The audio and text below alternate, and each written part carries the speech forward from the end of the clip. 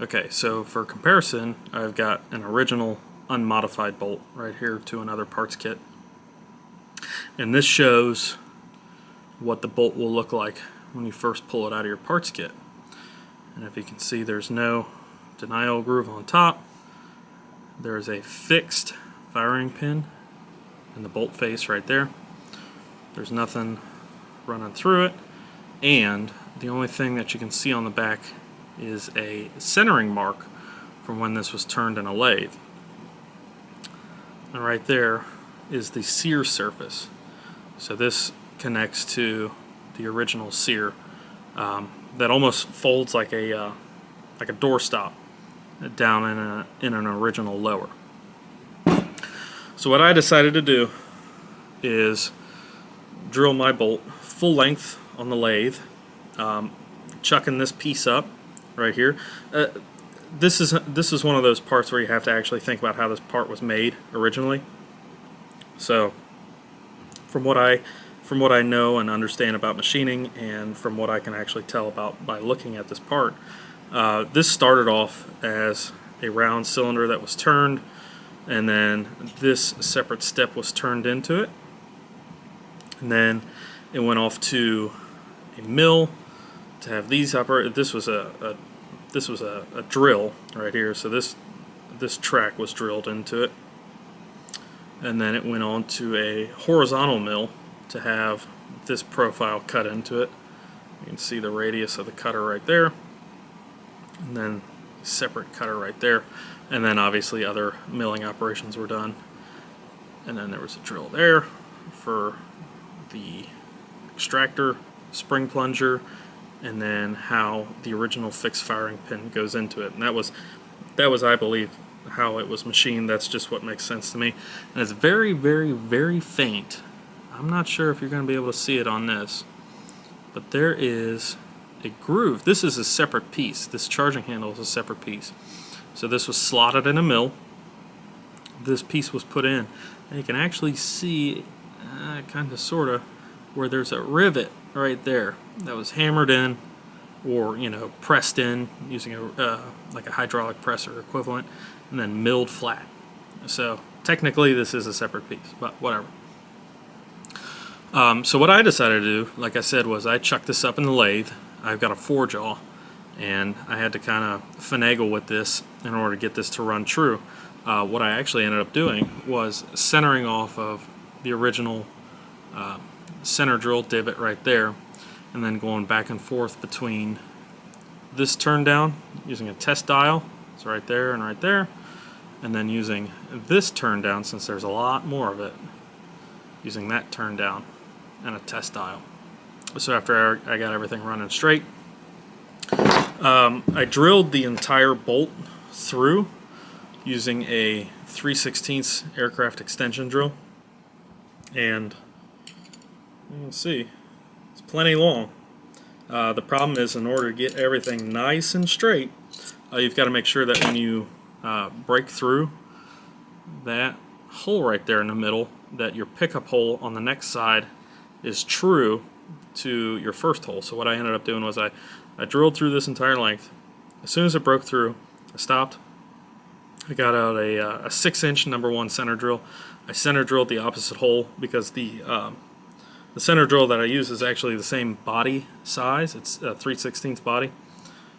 So the original hole helped guide it along, and then I pecked the center drill into this right here. I picked back up on it with the aircraft extension drill, and perfectly enough, it ended up coming straight out the original fixed firing pin hole, which was absolutely phenomenal. That was perfect. I mean, that was Christmas to me. So what I ended up doing after that was taking a 7/32 drill right there, and then co-boring the 3/16 hole on the rear. I believe, if I remember correctly, 1.25 inches, so 1.250, in order to make a retention provision for this firing pin extension right there. And I will show you how that works here in a second. Just to give you an idea on what the fixed firing pin and all that looks like when it's separate, Yeah, so there's the bolt face now. But let me show you. These are all my spare parts and gadgets and stuff like that came from this build. So there's another pin. Actually, I can't find it. I don't know what I did with it. But the original fixed firing pin is just the only hardened part on this besides the extractor. But it's a very small, like maybe 3/4 inch long piece of steel that's got the little fixed firing pin dimple, and it's hard as nails. Everything else on this is nice and soft. It's easily machined, it's easily drilled, stuff like that. But let me take apart this other bolt and then show you how I ended up doing that. Okay, so this right here is my firing pin extension. Right there.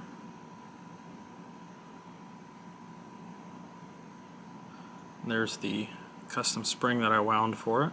And there's the end that contacts the actual firing pin itself. Then here is the actual firing pin that goes through the bolt face. Right there. And then here is the pin that retains everything in place.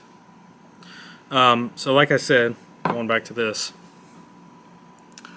so you can see, there you go. It's through drilled all the way, nice and straight.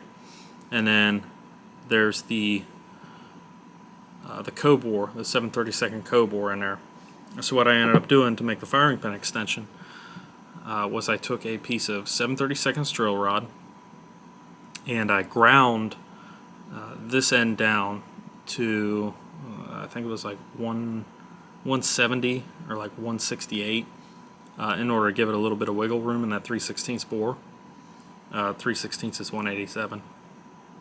And then I ground this little, I don't know if you're going to be able to see it. Yeah, kind of. But I ground that little channel in there in order to retain the spring.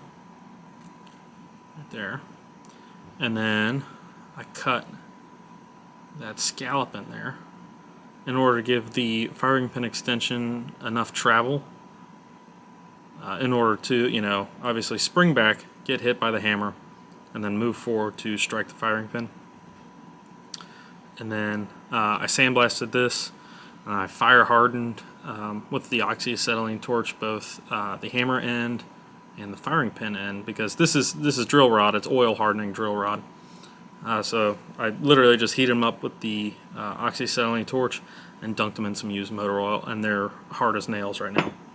So that's that part. This spring was actually wound with music wire.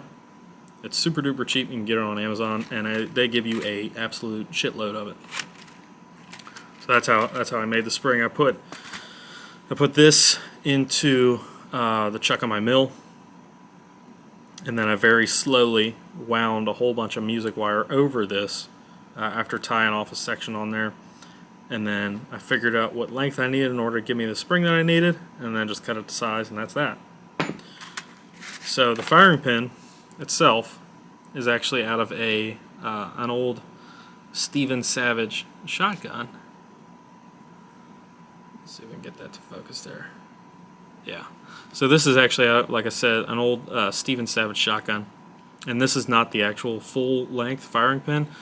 There was about I'd say another, 3/8 to 1/2 inch of it back here, but all I did was use the parting blade on my lathe, parted that off, and then turned this end down to size in order to give it some wiggle room and fit down in the bore. And then here is the stainless steel dowel pin that I actually used to hold everything in place. You can actually see where it goes right there. Right there. And there's the corresponding hole on the back side. Now when you take out that fixed firing pin in the bolt face, you're basically just left with a hole. So what you have to do is figure out a way that you want to put a collar or another version of a collar down inside there. I know there's some guys that'll weld on the bolt face and then drill it and all that sort of thing. I didn't want to go through all that trouble. So turns out I actually ended up kind of doing that. What I ended up doing was turning down a piece of 4140 steel to size, and then that piece is exactly 1 inch long. And then I through drilled that to the corresponding size of the firing pin that I was repurposing for this. And then I made the hole in the bolt face a interference fit of, I believe it was 2 thou. I can't remember. I didn't write anything down for this, but I believe it was a 2 thou interference fit. Covered it up in red Loctite and then pressed it in there. And I mean, it took some effort.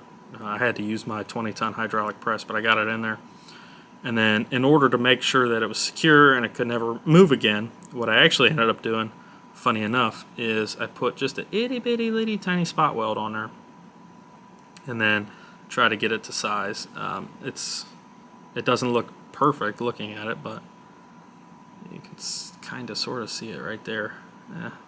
But that was just to make sure that it was never going to move again, which it hasn't, luckily enough.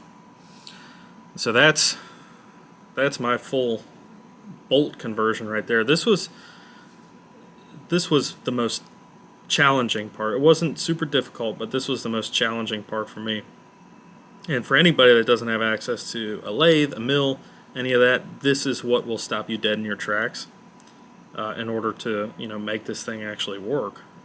That's the hardest part for somebody that doesn't really have either the knowledge of machine tools and how to make do without them, or the actual machine tools themselves, or access to machine tools. But like I said, that's the most difficult part right there. The hole, the slot, I should say, in the recoil spring retainer, I just clamped this in my mill vise and just ran an end mill back and through there a few times just to make sure it fit. And I test fit it a bunch, make sure it's got some wiggle room. You know, especially when building stuff like this. I mean, this isn't rocket appliances. You know, nothing has to be like ultra uber duper tight, you know, tolerances and stuff like that. It just has to fit. It just has to work. That's it. So if there's a little bit of slop, no big deal. It'll still run. So there's the full bolt conversion right there. That's it. You know, and drilling this bolt, it did take a long time because I've got a very, very old lathe, and you got to pack and pack and pack and pull the chips out and pack and pack, pull the chips out and stuff like that. And it also helps to go slow in order to make sure that your bore is going to be perfect and your drill bit's not going to wibble wobble and stuff like that, especially using a long drill bit like that. But again, your mileage may vary. That's just how I did it.